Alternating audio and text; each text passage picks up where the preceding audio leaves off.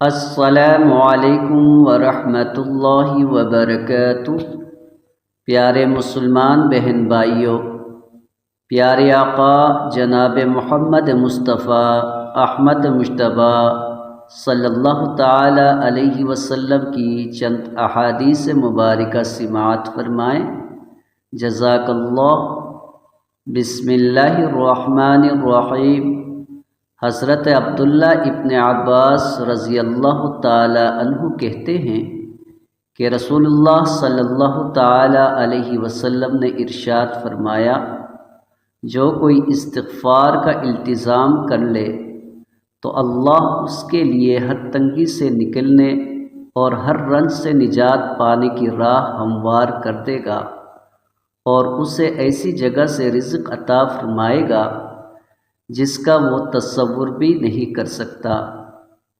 حضرت جابر بن عبداللہ رضی اللہ تعالی عنہ کہتے ہیں کہ رسول اللہ صلی اللہ تعالی علیہ وسلم نے ارشاد فرمایا، تم لوگ نہ اپنے لیے بد دعا کرو اور نہ اپنی اولاد کے لیے، نہ اپنے خادموں کے لیے اور نہ ہی اپنے اموال کے لیے، کہیں ایسا نہ ہو کہ وہ گھڑی ایسی ہو جس میں دعا قبول ہوتی ہو اور اللہ تعالیٰ تمہاری بد دعا قبول کر لے۔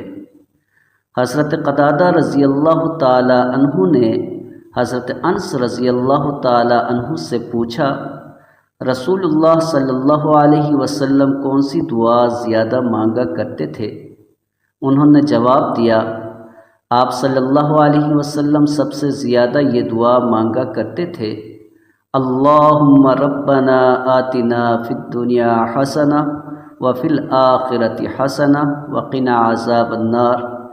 اے ہمارے رب، ہمیں دنیا اور آخرت دونوں میں بھلائی عطا کر اور جہنم کے عذاب سے بچا لے۔